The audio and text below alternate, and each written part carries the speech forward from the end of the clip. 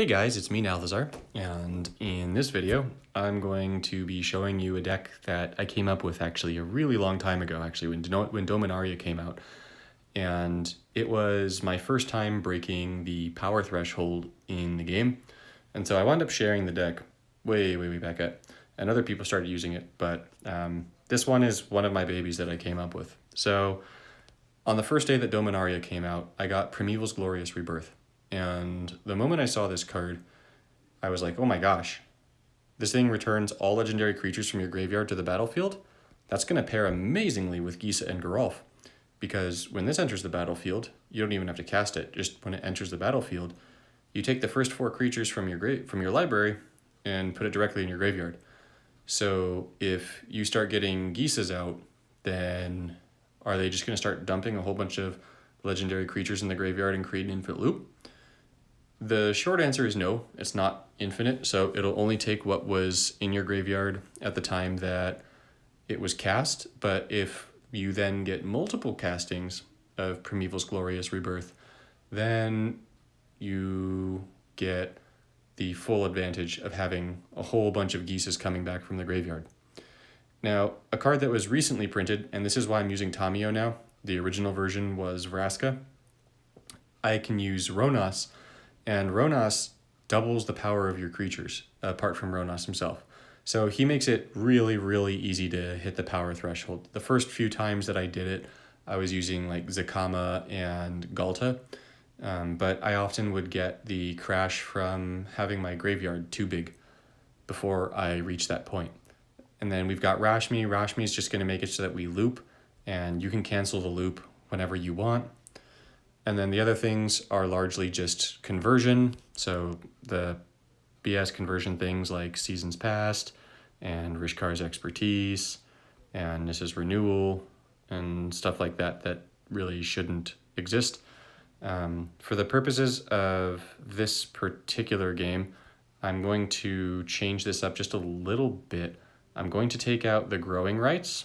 So you'll see here. So I'm actually gonna swap out growing rights for I want just one more converter, and that's gonna make it makes it more consistent, especially with Tamiyo, because the more that you're converting, the quicker you get to your third ability, and the quicker you get to your third ability, the more potent this becomes. So welcome to me breaking the game.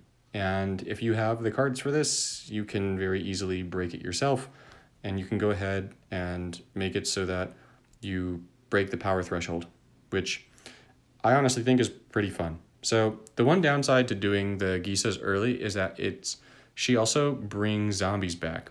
And so that means that if you have Rhonases in your graveyard, those Rhonases are going to be coming back. Now here, I'm actually going to be taking the Planeswalker match. And, well, that's unfortunate. But I'm taking the Planeswalker match because I want to get up to that final ability as quickly as possible. Because in getting to the final ability, that's what's ultimately going to enable this to go off more consistently. Because each of the matches is just going to provide so very much mana. Because Tamiyo's third is sickening like that, right? Now, I don't really need to worry about killing Nahiri before everything is said and done here. It's not honestly a real concern of mine. So I'm going to go ahead and put them... I'm going to put them in that order, actually, right there. So I want to get that other This is Renewal off.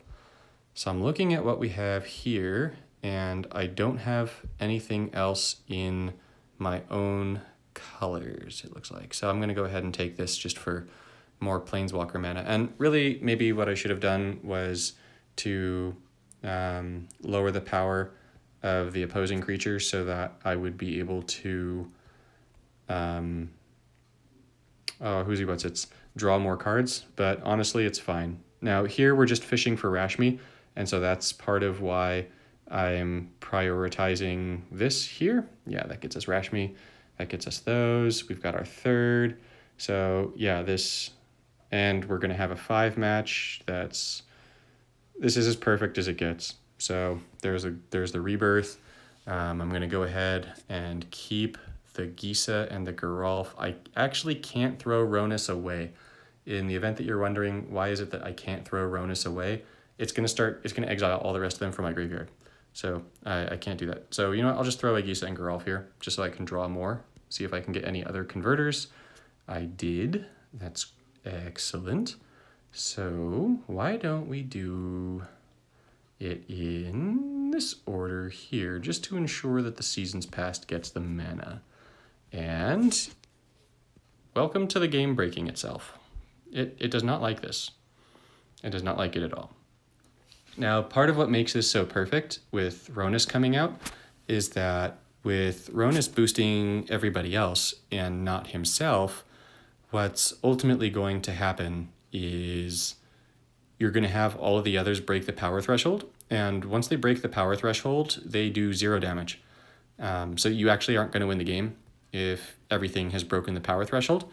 But because Rhonas doesn't buff himself, you'll find that your Rhonas is not going to be reaching a power level where it's going to become 0. And so as a result, you're going to get a Rhonas that's so big that it's going to kill your opponent anyways. So you still get to kill your opponent. And here you'll see that Gisa and Geralf have already reached approximately 15,000. So they're becoming big, right?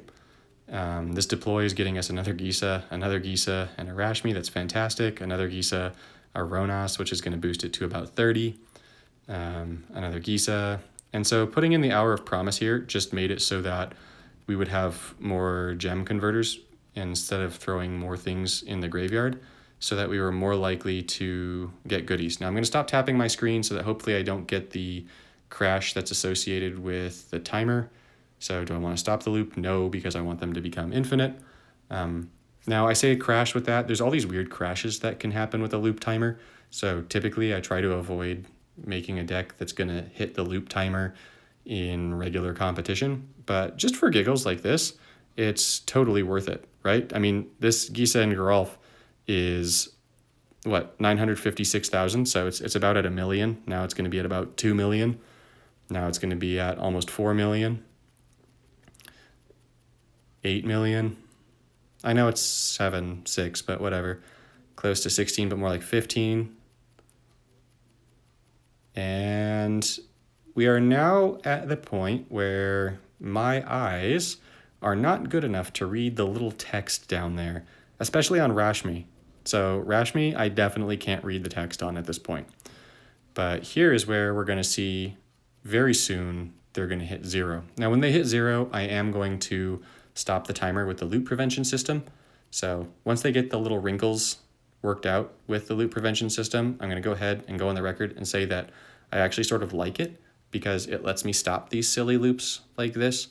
And I think that's kind of cool.